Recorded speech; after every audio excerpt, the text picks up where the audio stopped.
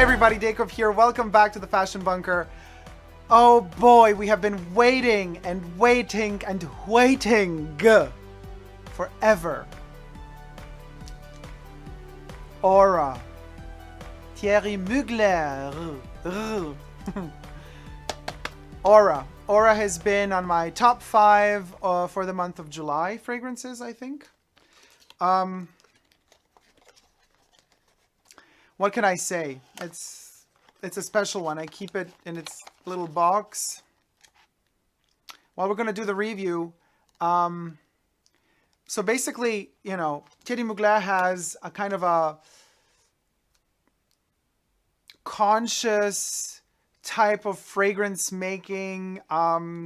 These bottles are refillable.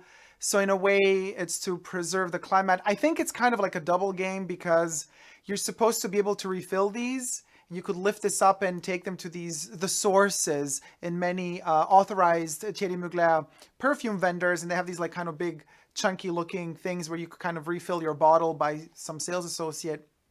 But then I think to myself, if Thierry Mugler wants you to purchase just one bottle and then keep on refilling it, then why do they keep on coming out with new bottle designs every season for you to collect? It kind of defeats the purpose of having just one shaped bottle, no exclusive extras, you know, made, and then you just keep refilling it. So, and you know, I don't really believe in this kind of refillable, preserving the environment shtick that the Mugler fragrances are playing with us, because, as I said, they wouldn't be making 1,001 different version of a bottle of Alien or Angel. And due to the fact that Aura is brand new, this is the Eau de Parfum review. By now, we already have the Eau de Toilette out as well. And, you know, they're probably going to play on different types of bottles in the future as well there. So, refillable, yeah. But what is interesting also,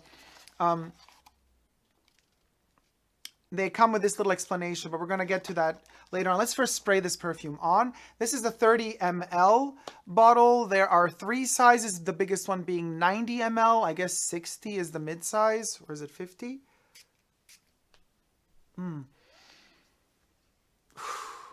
Misty mountains, misty rivers, misty forests.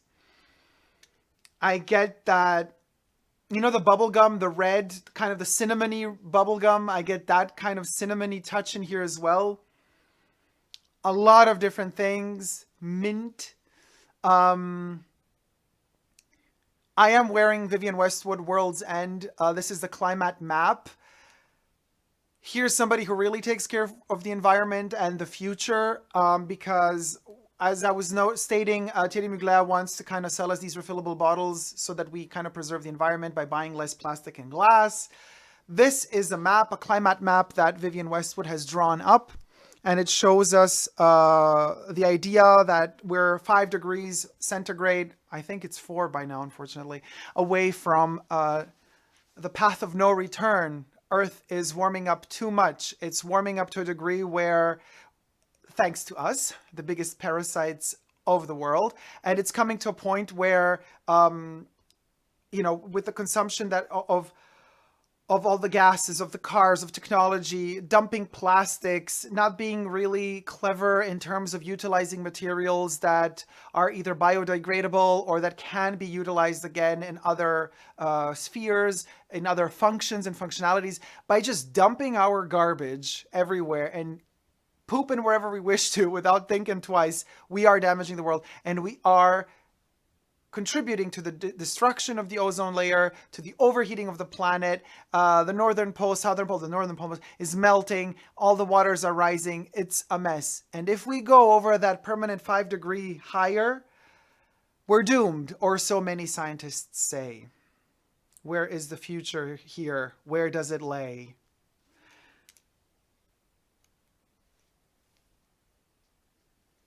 The green zones are a little bit safer. The red zones are already at the 5 degree point of no return, basically. Let's get to the notes. Now, top notes: bergamot, rhubarb leaf. Oh, that rhubarb leaf. I love to eat rhubarb, by the way. Middle notes: orange blossom. Green notes: ilang ilang. Ilang ilang is what keeps it in balance, I think, in a way. Base notes: sandalwood, amberwood, woody notes, bourbon vanilla. The vanilla kind of comes in for me towards the end, really. It's very light, it's very delicate. It's not at all the type of vanilla that we encounter in François Demachy's Dior concoctions. This vanilla is subtle. And it's subtle because it doesn't stand a chance against all the other opulent ingredients that are kind of on top of it. And a lot of them are artificial and a lot of them are chemical, but they create an illusion of being somewhere else, of being someone else, of a weird memory of what the future is going to be, and a weird memory of what the past was that we have never lived. It's very, very strange. You know, I've been thinking about this. This is actually like an emoji. The circle logo of this little paper that kind of comes, you could like join the circle, join this kind of secret, I don't know, kind of clan, or join the secret cult of Thierry Mugler. It kind of says, it's called the circle. There's a circle and a star, the angel star.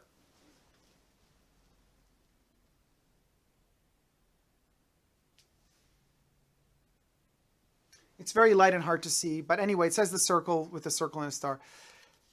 And it says, just for you in the back. And then you open it up and it says, Aura Mugler. And there's something okay. I have, you know how somebody was saying like in H&M or in Primark or somewhere, somebody found like a note that says, help me, and the clothes. I just found a note in this green paper. Of the circle. What the hell? Well, there's something written on here, and I can't really decipher it. It's like a torn piece of paper, and it's handwritten. Yeah, you gotta see this. I don't know if you can. Let me come in as close as I can.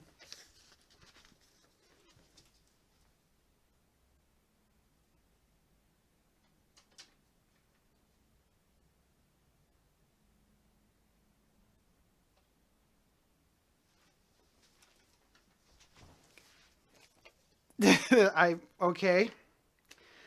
I don't know if everybody else got one of these as well in their, maybe this is a part of their advertisement to get one of these papers in this paper. I don't know, because all this says is enter a universe of privileges and exclusivities. Always be the first to know about the brand. Share your opinion about your favorite products. Enjoy sneak previews with precious samples and more. You too can be part of this unique experience. Ah, okay. Whenever you purchase a Mugler product, discover a unique code located on the inner flap of the box. But this is not a code. I don't even know how to decipher this. Okay, weird. Well, I don't know. We'll get to it. But, oh, wow, the top notes.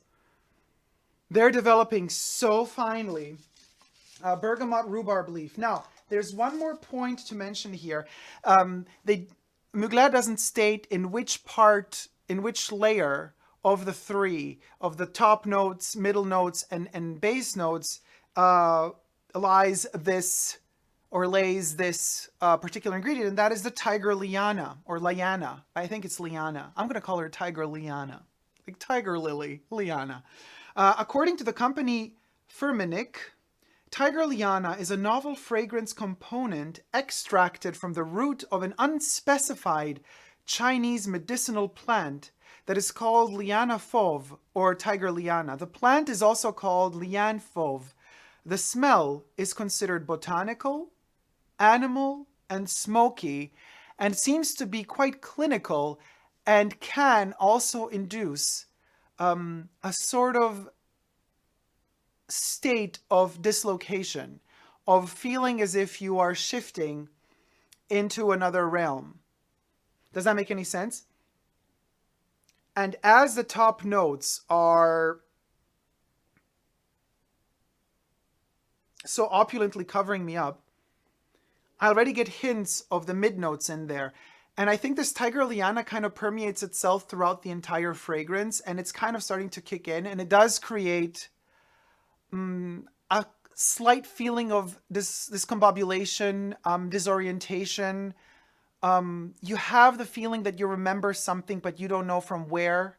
It's like you have experienced something in another time, in another place,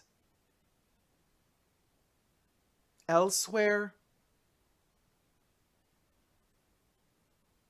Something that you have lived, but not in the memory that you have now, rather the memory of the past. It's like a shadow self of yourself, you know, you're crossing the threshold and you encounter your shadow self, and then you start talking to yourself and you start imagining what you are supposed to be saying right now, but you're not saying it right now because you said it in the past already and you have a memory of what you said, but and yet you cannot really repeat what you said. You know you've said it, but you can't repeat it word for word or word by word again. It's past, or it hasn't happened yet, really. It's somewhere in between. It's in between everything. It's right in between. Right there.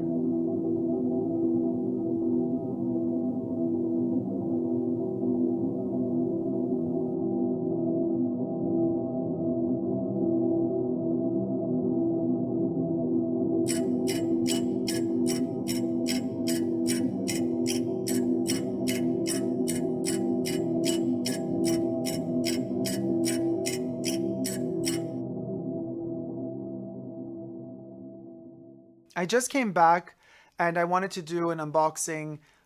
You know, been filming these sort of videos since the 80s, and I have no clue if one day anybody's going to watch this or not, but well, it's the year 1992 and Thierry Mugler's Angel has just been released. So I go, I purchase, I come back, I unbox, and I find a green bottle inside of my Angel package. I have no clue if this, I haven't seen any advertisement on television for Thierry Mugler's perfume, and I don't know if this is a special edition. I have to go through a couple of fashion magazines and try to see if there is any advertisement in them, any ads that, I don't know, maybe it's some special version of it that if you find it, you win something, like Willy Wonka's Chocolate Factory. I don't really know. But let's spray it.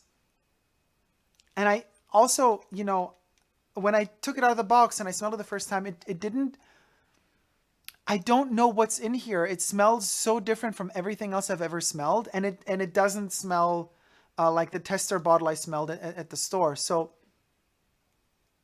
I've been kind of spraying it a couple of times. The only thing that I can notice in it are the mid notes. And there's ylang ylang in there. There's some green notes. But it's so awkward because the green, it's like a powdery green. It's delicious, but I don't even know if this might be a fake. Because even the font, I read here on the back, it says Aura. And then it says Mugler, but not Thierry Mugler. And it's not the font of Thierry Mugler. It's a totally different font. And there's no Thierry, it's only Mugler. So I don't know if this is authentic or not. Just stuck in an Angel box. And it doesn't smell like Angel. But it smells divine. It smells like nothing I've smelled before. And the ylang ylang here doesn't smell like any other ylang ylang. You know, I've smelled ylang ylang, and Chanel No. 5 has a very interesting ylang ylang, but it's not the same. This one smells like it's developed in a totally different way.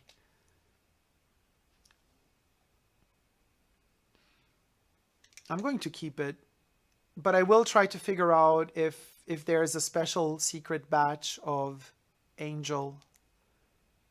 I don't know. And also, I'm thinking that maybe it's some sort of like like Willy Wonka Chocolate Factory, like you win something, maybe because this was inside of the box, and it looks like it's handwritten, but I don't know if it's some sort of gimmick or some joke.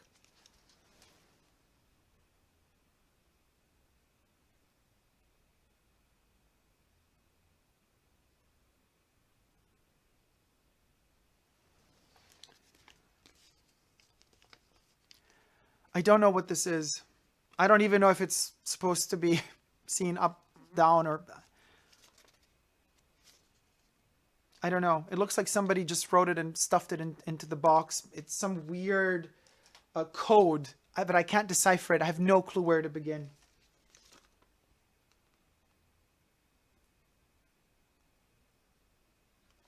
This is so strange. But it's developing very well. And, you know, I started doing these videos in the 80s. I don't even know if anybody's ever going to see them. I'm just accumulating VHS tapes over VHS tapes over VHS tapes. And it's just, I guess I think that maybe the future will be interested to know how life was in the 80s and now in the 90s. Well, I can tell you one thing. This is so funny, you know, in the early 90s, 1990 actually, Twin Peaks came out, right? I love that show so much, but now already everybody seems to have forgotten it. Everybody makes fun of me. They said I grew my hair because of Bob. I didn't grow my hair because of Bob. I don't look like Bob. I didn't want to look like Bob. I just wanted to, you know, to grow my hair. Why not? It keeps growing. You know, you can cut it off and then it can grow back again. That's the funny part about it. I just feel a certain intensity. I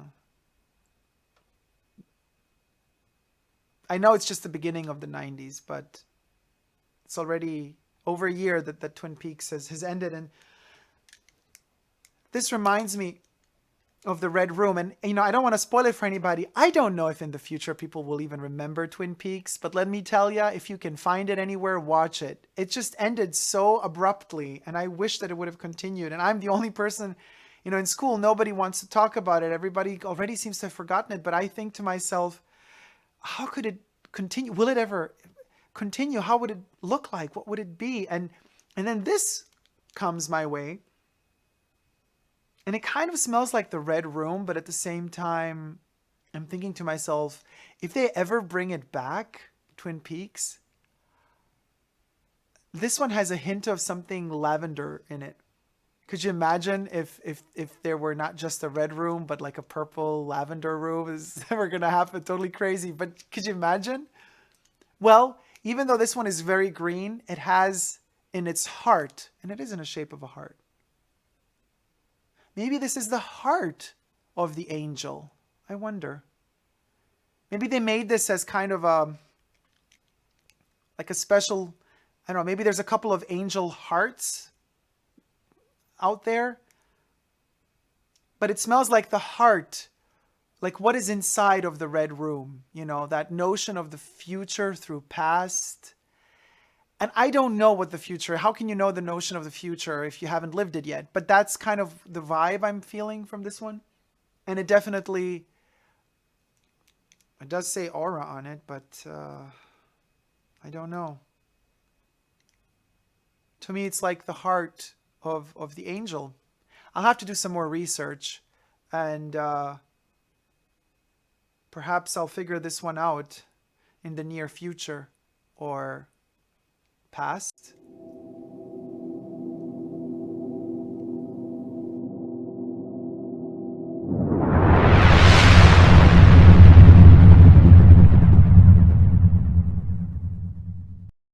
It is the year 2116.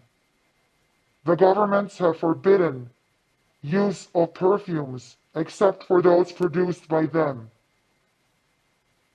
I'm risking my life to make this video, but I've decided to review this perfume and send a message to the past. Aura by Thierry Mugler. This one comes from the past. I found it. It was protected. I cannot say where this perfume was found. I have a list of the last fragrances by Thierry Mugler that were produced before the ban.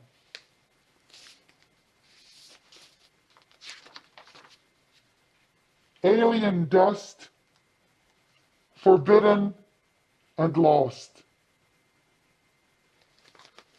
This perfume smells like freedom. All fragrances today are produced by the government.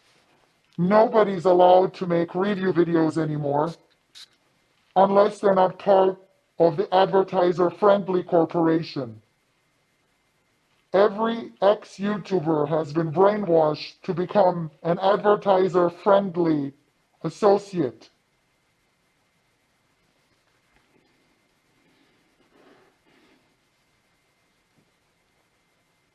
The dry down is definitely mythological. It does give me hope.